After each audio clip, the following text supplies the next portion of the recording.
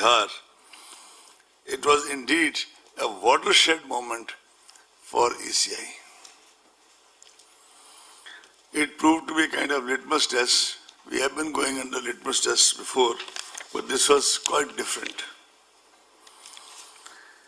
And I am glad to report to you that the electorate of Bihar reposed their confidence in the extensive sanitization and health safety measures put in place at polling stations. I would be failing in my duty if I don't tell you that many of our collectors, they suffered from COVID in Bihar, rejoined their duties and saw the process through. One divisional commissioner had this problem. She was still manning 2 divisions. One IG, unfortunately, he passed away due to COVID and other comorbidities. We requested his wife and his daughter to come here for National Voters' Day Award, which was given on a virtual basis by Honorable President of India. I also have with me here Chandrabhushan Kumar, who was in charge of COVID, who is sitting on this side so you can see him. I would request the CEO of Bihar to just stand up and be counted. They are the people who really put in day in and day out to carry the entire process through.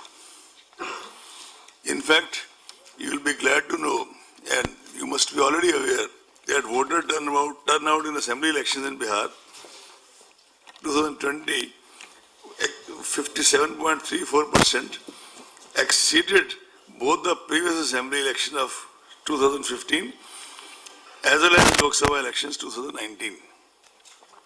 And I would like also to report to you that women voters turned out in very large numbers, 59.69%. Even while the ECI was grappling with the Bihar election, a core team of dedicated officers led by Shri Umesh Sinha was already working on these 5 elections for which we are in front of you today. Actually, they have a system of series of meetings with the officials of Home Ministry regarding the availability of forces, officials of Railway regarding the coaches which are required for transportation of the CPFs, Postal Department people, and any other department whose services may be required for the smooth conduct of elections. And they start their preparation very quietly months before the actual process. It culminates in the form of a formal announcement.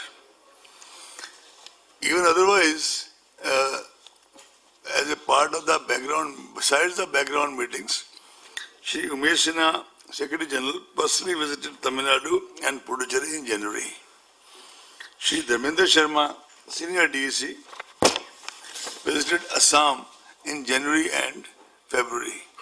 Shri Sudeep Jain, DEC, who besides being the DEC in charge of EVMs, is also in charge of West Bengal. He visited in January and December. Full Commission visited all the 5 poll-going states and UT of Puducherry in January and February. We started with Assam, then came to West Bengal. After an interval of about 5-6 days, we went to Tamil Nadu, Puducherry and Kerala. And our system is that we start with interactive interaction with the political parties and entities, because the firm belief of the Commission is that after a voter, it's the political parties and entities who actually form the bedrock of the entire electoral process. After that, we listen to the field officers. We also talk to the regulatory agencies of both Government of India as well as the state government. We culminate our meeting, official meetings, with the meeting with the Chief Secretary, DGP, senior officers of that state, and finally we end the visit with a briefing to the media. as was done in all these 5 states. I must compliment the voters whose trust in India's democratic system, resolve to articulate their electoral choice, and firm determination to participate is inspiring. They brave several odds and difficulties, personal, domestic, professional, sometimes even barriers, to come out on the election day to mark their votes at the polling station. In fact, if you recall, a whole lot of you attended the NVD this time also, as you do every year.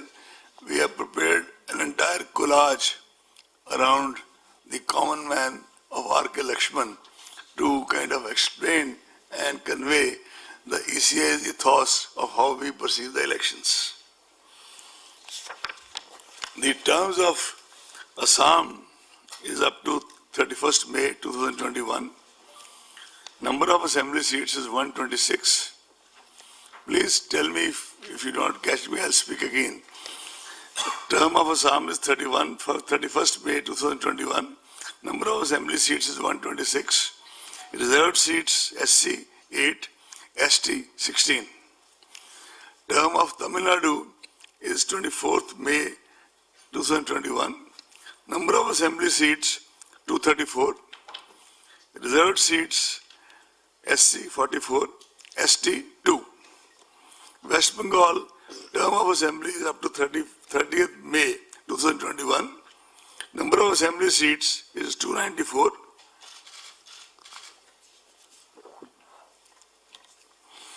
SC seats are 68.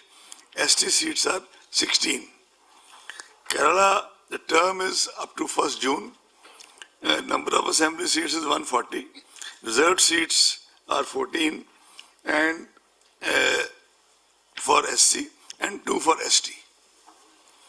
Puducherry, the term is up to 8 June. Number of assembly seats is 30. Reserved seats SC 5, ST nil.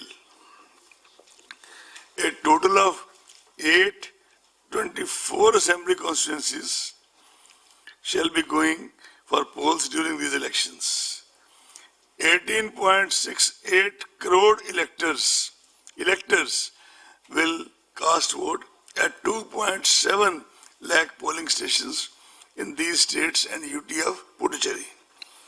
More than 3 lakh service vote electors will be availing the facility of electronic transmitted postal ballot system, that is ETPBS.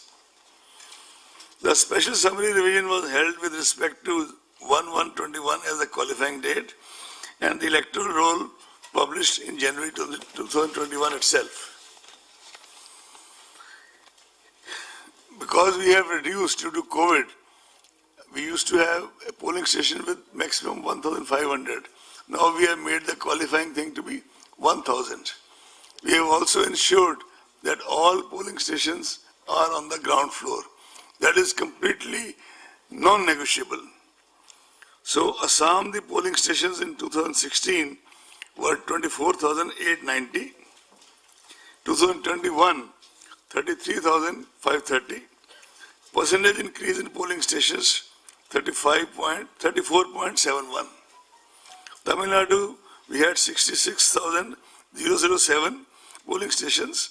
Number of polling stations in 2021 are 88,936.